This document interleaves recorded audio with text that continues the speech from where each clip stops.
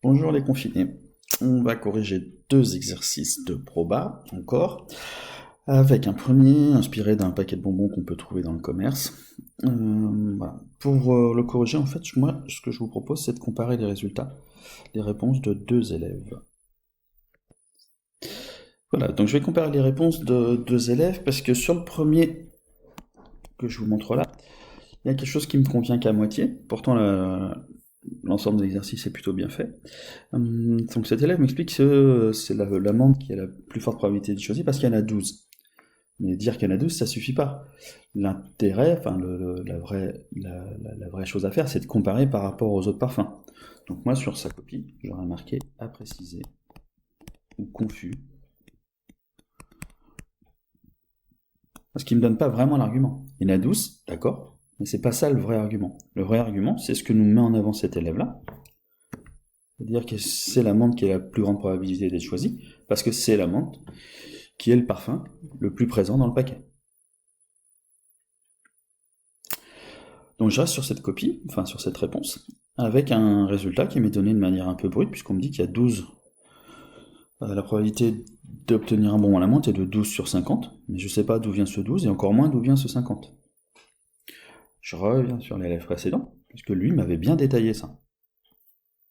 Donc autant sur la première il fallait préciser, autant sur celle-là il a fait quasiment ce qu'il fallait, sauf qu'en général en maths on a l'habitude de mettre la conclusion à la fin de sa réponse. Donc il a commencé par compter combien il y avait de bonbons en tout, il a additionné tous les effectifs, il en a trouvé 50, et il y en avait 12 à l'amende sur 50, d'où sa réponse. Et il a bien précisé le même type de calcul pour la dernière question, où il doit compter le nombre de parfums classiques pour pouvoir répondre. On va maintenant s'intéresser à un exercice plus...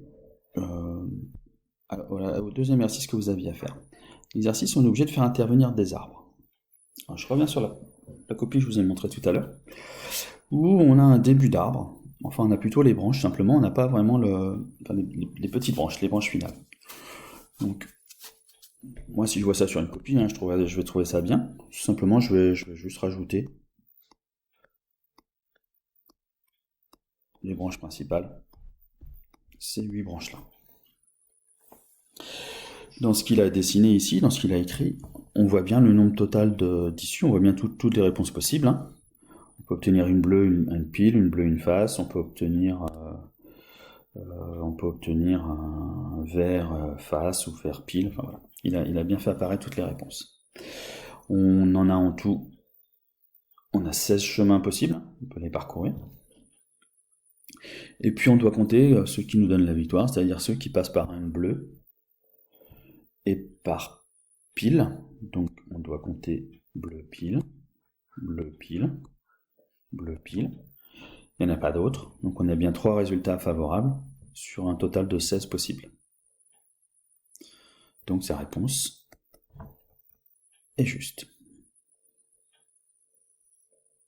Même s'il ne l'a pas forcément détaillé, j'aurais bien aimé qu'il écrive quelque chose comme ça, bleu pile égale 3 sur 16, ou probabilité de gagner égale 3 sur 16.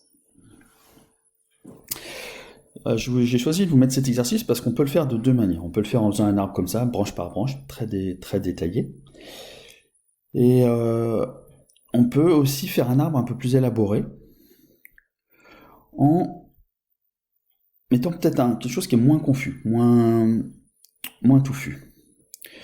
Alors pour le premier tirage, je vais regarder d'abord les résultats possibles. Pour le premier tirage, il y en a 3 qui sont possibles. Moi je vais commencer par rouge. Ça peut être vert, ou ça peut être bleu. Donc j'ai 3 branches qui me mènent vers 3 résultats possibles. Attention, il n'y a pas une chance sur 3 de tomber sur rouge, une chance sur 3 de tomber sur vert, une chance sur 3 de tomber sur bleu. C'est les résultats possibles. Et pour chaque branche, je vais lui attribuer sa probabilité d'être réalisée.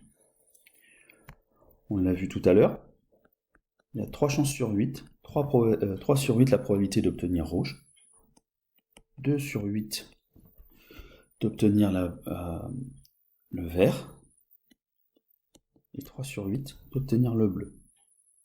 À l'issue de ces résultats, j'ai à chaque fois, là je ne vais pas pouvoir simplifier beaucoup, moi, je ne vais pas pouvoir simplifier, j'ai pile ou face, pile ou face, pile ou face, avec la probabilité pour chacune de ces petites branches, 1,5, 1,5, 1,5 et 1,5. Et là, quand je m'intéresse à un résultat, je vais regarder sur une branche, mais je vais regarder les probabilités qui sont posées sur les branches. Je vous remontre l'arbre qui avait été fait par l'élève précédent. Et je reviens sur le mien. En fait, celui que moi je viens de vous faire résume un petit peu celui de l'élève. Tout ça, je l'ai résumé dans cette partie-là. Donc j'ai moins de traits. Par contre, il a fallu que je rajoute sur chaque branche la probabilité qu'elle soit réalisée. Alors pour répondre à l'exercice, je cherche bleu, pile. Donc je suis ce chemin là, je viens de passer en vert. Et pour calculer cette probabilité, je vais être obligé là de faire un petit calcul par rapport à, contrairement à l'arbre précédent où je me contentais de compter. Bleu, pile, je dis pas de bêtises. Là, il faut que je multiplie les probabilités que je trouve sur chaque branche. Donc je trouve 3 sur 8, la première. Je la multiplie par la deuxième. 1 sur 2. Probabilité d'avoir bleu et pile. 3 fois 1, 3. 3 fois 2, 16. On retrouve le résultat que je vous ai donné tout à l'heure. Donc c'est une autre façon de considérer les arbres, mais quand on a des arbres qui sont un peu touffus, enfin qui sont un peu grands, comme celui qu'on a fait, que je vous avais donné à faire dans les exercices précédents, cette méthode permet d'avoir quelque chose de plus clair. Donc je vais vous donner un autre travail à faire, inspiré de celui-là. Vous pourrez vous intéresser, essayer de vous inspirer de cet arbre-là. Voilà, bonne fin de journée à vous.